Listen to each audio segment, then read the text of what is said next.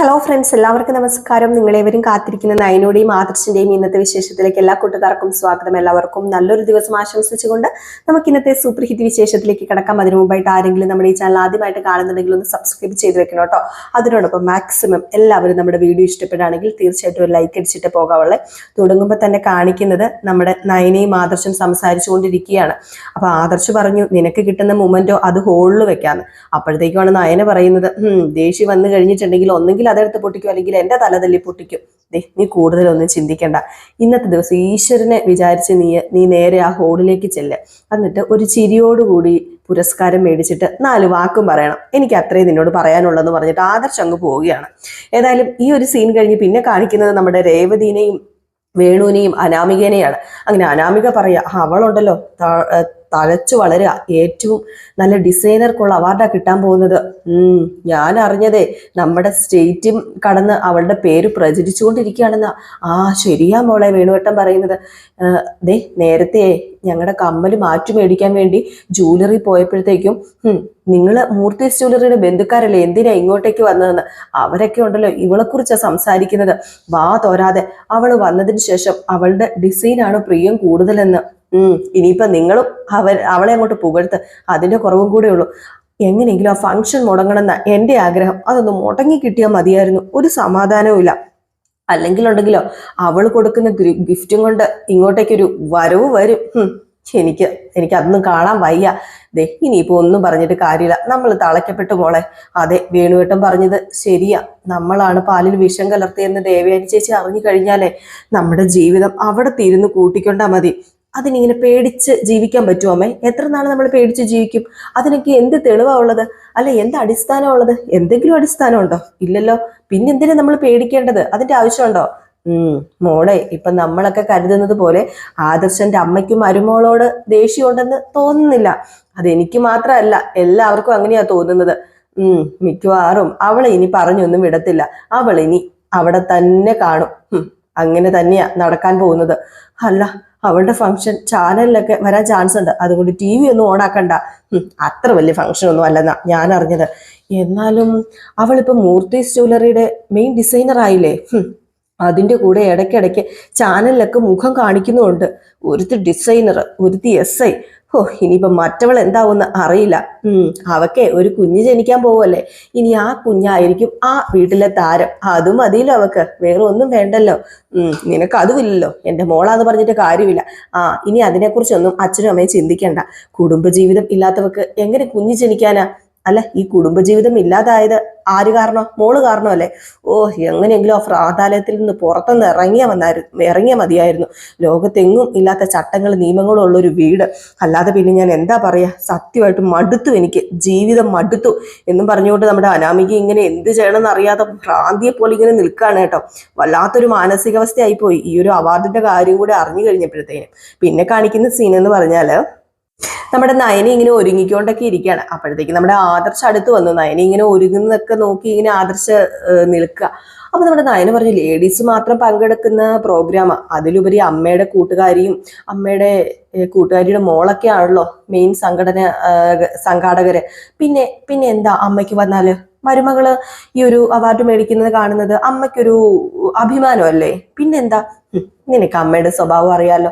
പിന്നെന്തിനാ നീ ഒരേ കാര്യം തന്നെ ഇങ്ങനെ പറഞ്ഞുകൊണ്ടിരിക്കുന്നത്? ഈ സാരിയിലെ നീ അടിപൊളി ആയിട്ടുണ്ട് കേട്ടോ, ഗ്ലാമർ കൂടിയിട്ടുണ്ട്. അതുകൊണ്ട് എന്താ പ്രയോജനം? എന്റെ ഭർത്താവ് വരുന്നില്ലല്ലോ. അത് പിന്നെ സ്ത്രീകൾ മാത്രം പങ്കെടുക്കുന്ന ഫംഗ്ഷനാ. അതിലേക്ക് ഞാൻ എങ്ങനെയാ വരുന്നത്? ഞാൻ സ്ത്രീയാണോ? ഒരു കാര്യം ചെയ്യാം, നീ പറഞ്ഞ കാര്യം ഞാൻ അമ്മയോട് പറയാം. ഞാൻ പറഞ്ഞതായിട്ടൊന്നും പറയണ്ട. ആദർശേട്ടന്റെ അഭിപ്രായമായിട്ട് പറഞ്ഞാൽ മതി. അങ്ങനെ തന്നെ ഞാൻ പറയാം.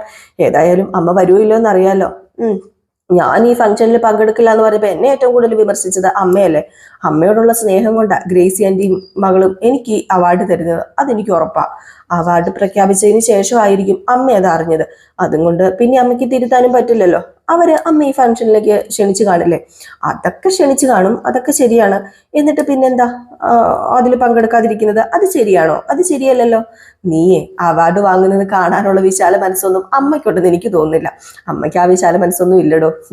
ഞാനൊരു കാര്യം പറയാതെ ചേട്ടാ, ഈ തവണ സംഭവിച്ചത് സംഭവിച്ചു. ഇനി ഇതുപോലെ എന്നെ കോമാളിയാക്കാൻ വേണ്ടി പറഞ്ഞു വിടല്ലേ. കോമാളിയാക്കാനോ? ആര്? മറ്റേതെങ്കിലും പെൺകുട്ടിയാണ് നിന്റെ സ്ഥാനത്തെങ്കിലേ ഇന്ന് സന്തോഷം കൊണ്ട് തുള്ളി ചാടിയേനെ. നീ ഇങ്ങനെയായി പോയല്ലോ ബഫൂൺ. ഞാൻ ബഫൂണാ, എനിക്ക് സന്തോഷമൊന്നുമില്ല. ചേച്ചിക്ക് ചെറിയ ജലദോഷം ഉള്ളതുകൊണ്ട് ചേച്ചിയും വരുന്നില്ല. എന്നെക്കാൾ ഈ ഫംഗ്ഷനിൽ പങ്കെടുക്കണമെന്ന് ചേച്ചിക്കായിരുന്നു ആഗ്രഹം. അവർക്കും ഇത് കാണാനൊക്കെ ഇഷ്ടമാണ്. പിന്നെ മുത്തശ്ശി ഒഴിച്ച് ഇവിടെയുള്ള എല്ലാ സ്ത്രീകളും എനിക്ക് എതിരാണല്ലോ. അതുകൊണ്ട് അവരാരും ഈ ഫംഗ്ഷനിൽ പങ്കെടുക്കാൻ വരാൻ പോകുന്നില്ല. എനിക്ക് ഇങ്ങനെ ഒരു അംഗീകാരം കിട്ടുന്നതിൽ അവർക്ക് ഭയങ്കര സങ്കടമാണ്. അതെ, അവർക്കുള്ള തിരിച്ചടിയാ മോളെ ഇപ്പൊ നിനക്ക് കിട്ടിയ ഈ അവാർഡ്. പ്രത്യേകിച്ച് അനാമികയ്ക്കും അപ്പച്ചിക്കും ഇളയമ്മയ്ക്കും ഒക്കെ. അതല്ലേ നിന്റെ ശരി. അവരൊക്കെ നിന്നെ തള്ളി പറയും തോറും നീ അവരെക്കാളും ഒരുപാട് മുകളിലേക്കാ വളരുന്നത്. പല പോലെ. ഏതായാലും ഞാൻ അമ്മേനെ ഒന്ന് പറഞ്ഞുവിടാൻ പറ്റുമെന്ന് നോക്കട്ടെ.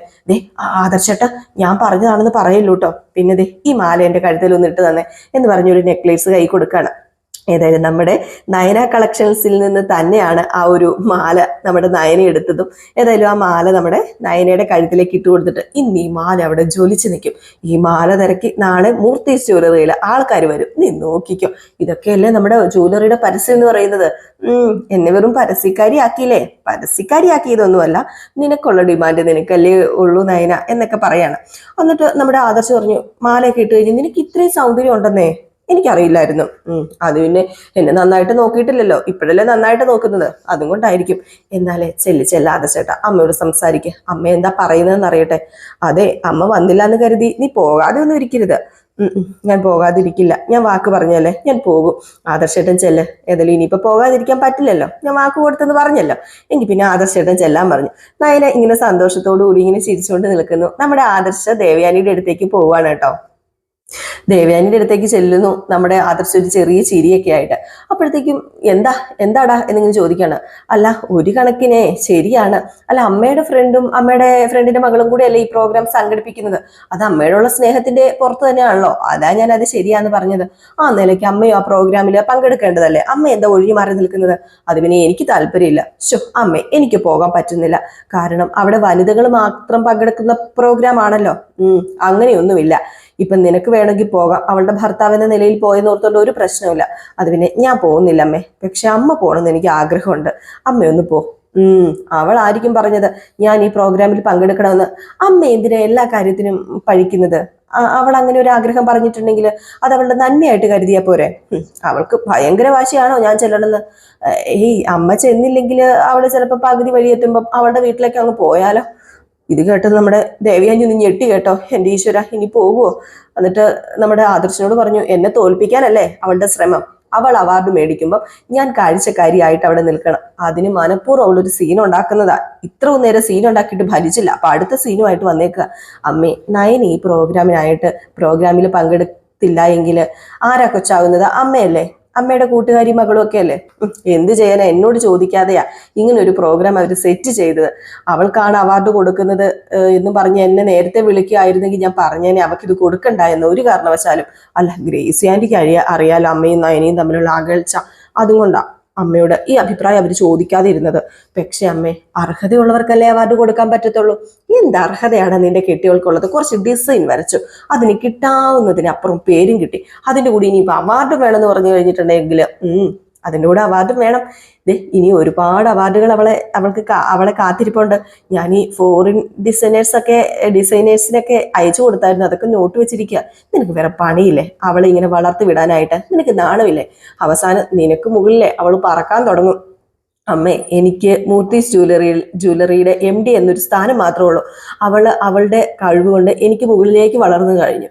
ഇനിയിപ്പോൾ വളരാനൊന്നുമില്ല. അല്ല, ഇപ്പൊ തന്നെ പോസ്റ്ററിൽ പേര് കണ്ടില്ലേ, മിസ്സസ് നയന ആദർശ് എന്ന് വെച്ചാല് അവളുടെ പേരില ഞാനിപ്പം അറിയപ്പെടുന്നതെന്നർത്ഥം. അപ്പൊ ഇത് കേട്ടത് നമ്മുടെ ദേവയാനിക്ക് ഭയങ്കര സന്തോഷമൊക്കെ ഉണ്ടെങ്കിലും നമ്മുടെ ദേവയാനി പറയാം, എൻ്റെ പേരിൽ ഞാൻ അറിയപ്പെടണമെന്നൊരിക്കലും ഞാൻ പറയില്ല. എൻ്റെ ഭർത്താവിന്റെ പേരിൽ അറിയാൻ എനിക്കിഷ്ടം.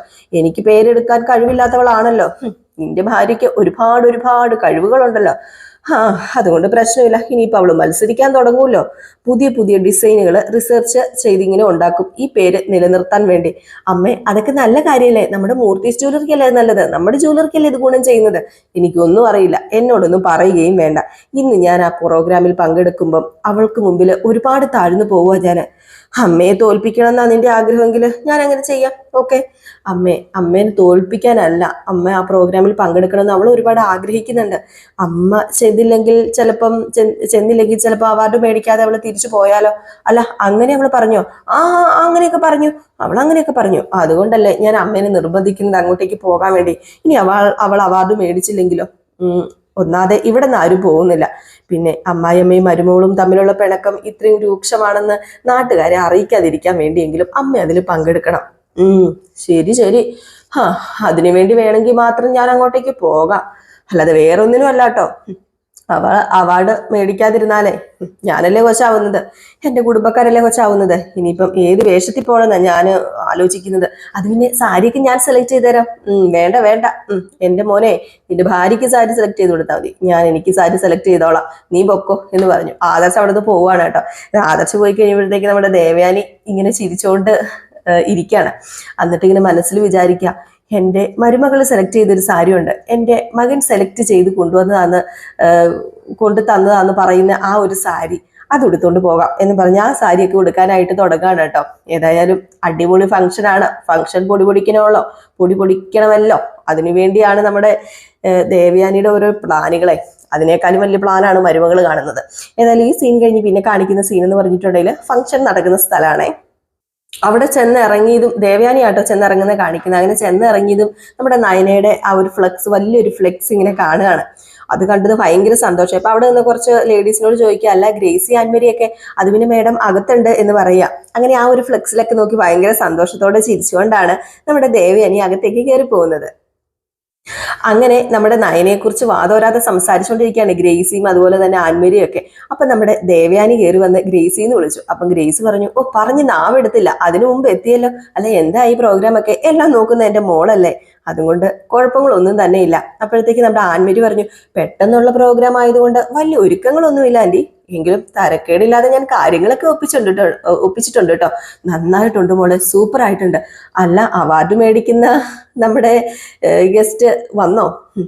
അത് പിന്നെ പുറപ്പെട്ടിട്ടുണ്ട്, ഉടനെ എത്തുമായിരിക്കും. അപ്പൊ നമ്മുടെ ഗ്രേസി പറഞ്ഞു, എത്ര നാളാടി നീ ഇങ്ങനെ മറഞ്ഞിരിക്കുന്നത്? ആ കൊച്ചു കാരണമല്ലേ നീ ഇങ്ങനെ ചുറുചുറുക്കോട് കൂടി നടക്കുന്നത്? അതൊക്കെ എനിക്ക് അറിയാം ഗ്രേസി, പക്ഷെ എല്ലാവരും കൂടി എന്നെ പറ്റിച്ചില്ലേ, അപ്പൊ നമ്മളും തീരെ മോശമാകാൻ പാടില്ലല്ലോ, എനിക്ക് തിരിച്ചൊന്ന് പറ്റിക്കണ്ടേ?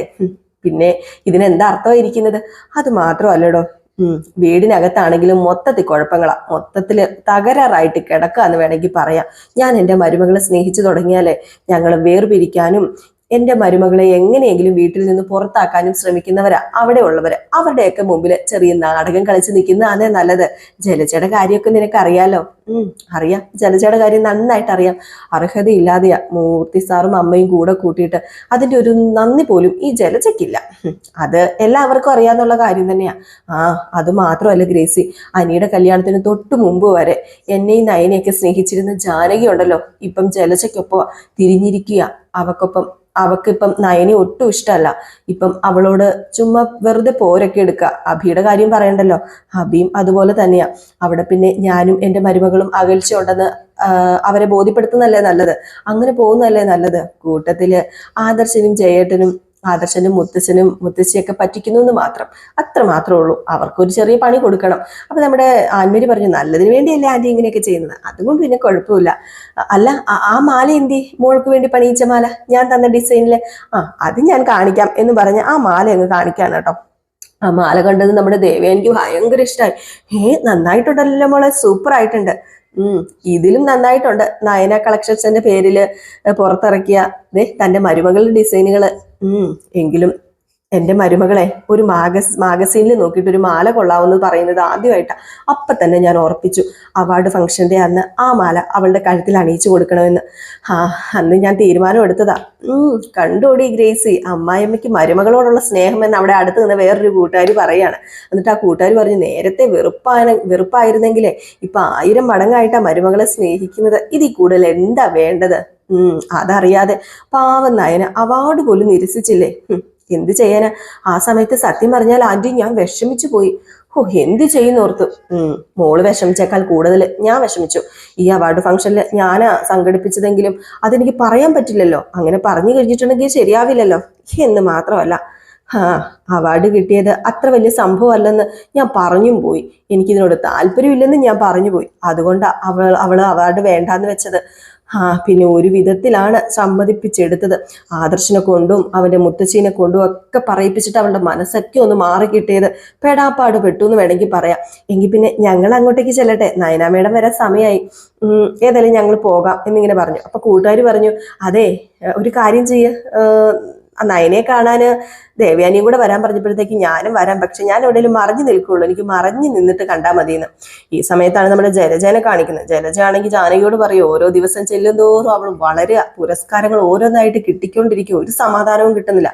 അപ്പം ജാനകി പറഞ്ഞു, പുരസ്കാരങ്ങൾ മാത്രമല്ലല്ലോ, അവളുടെ ഡിസൈനൊക്കെ എല്ലാ ജ്വല്ലറിക്കാരും അനുകരിക്കുകയാണെന്നാണ് കേട്ടത്. ഈ വിഷു അവൾ കൊണ്ടുപോകുന്ന തോന്നുന്നത്, അത് ഉറപ്പായ കാര്യം തന്നെ. അപ്പോഴത്തേക്കും നമ്മുടെ അനാമിക അവിടെ ഉണ്ടായിരുന്നേ. അപ്പൊ അനാമിക ഇതൊക്കെ കേട്ടിട്ട് രൂക്ഷമായിട്ട് ഇങ്ങനെ കലിയെടുത്തിരിക്കുകയാണ്. അങ്ങനെ നമ്മുടെ അനാമിക പറയുക, അവള് സൂപ്പർ സ്റ്റാർ ആയിക്കൊണ്ടിരിക്കുകയല്ലോ, ഒരു സമാധാനവും കിട്ടുന്നില്ല, ഒരു സമാധാനവും. ഒരു ഫിലിം സ്റ്റാറിന്റെ ഒരു സ്ഥാനമാണ് ഇപ്പം അവൾക്ക് കിട്ടിക്കൊണ്ടിരിക്കുന്നത്. ഇനി അവളായിരിക്കും മൂർത്തി ജ്വല്ലറിയുടെ പരസ്യത്തിന്റെ മോഡൽ സഹിതം ആവുന്നത്. ഇവിടെ മോഡലാകാൻ കൊതിച്ച് നടക്കുന്ന ഒരുത്തി ഉണ്ട്, നവ്യ, എന്റെ മരുമകള്.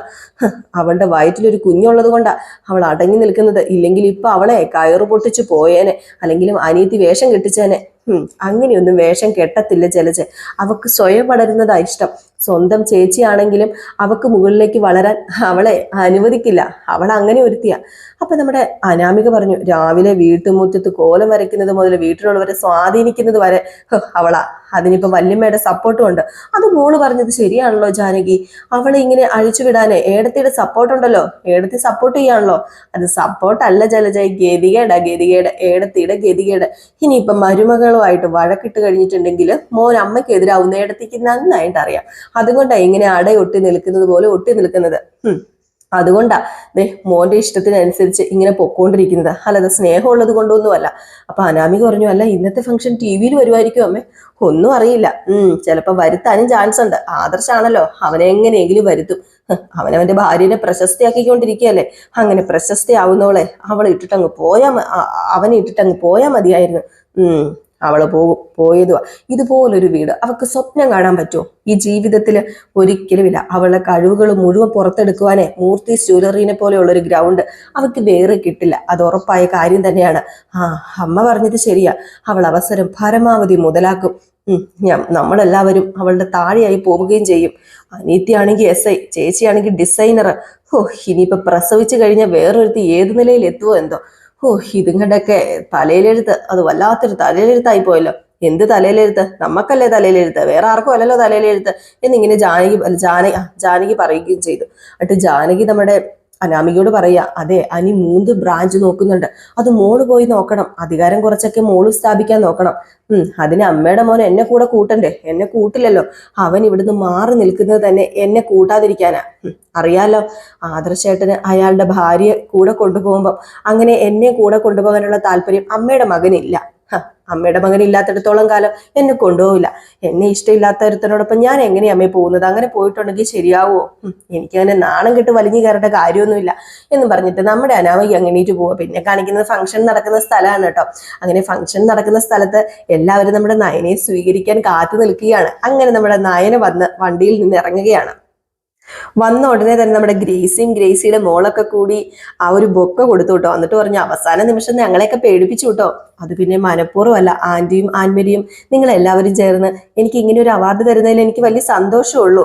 പക്ഷേ എന്നോടിത് പറഞ്ഞില്ലല്ലോ. ആന്റിയുടെ അടുത്ത സുഹൃത്തായ ആദർശേട്ടന്റെ അമ്മയുടെ കാര്യം അറിയാലോ. അമ്മ പങ്കെടുക്കില്ല എന്ന് പറഞ്ഞതുകൊണ്ട് ഞാനൊന്ന് പിന്നോട്ട് മാറി നിന്നേ ഉള്ളൂ. അതിനെന്താ, ദേവയാനി നേരത്തെ ഇവിടെ എത്തിയല്ലോ. അമ്മ വന്നായിരുന്നോ?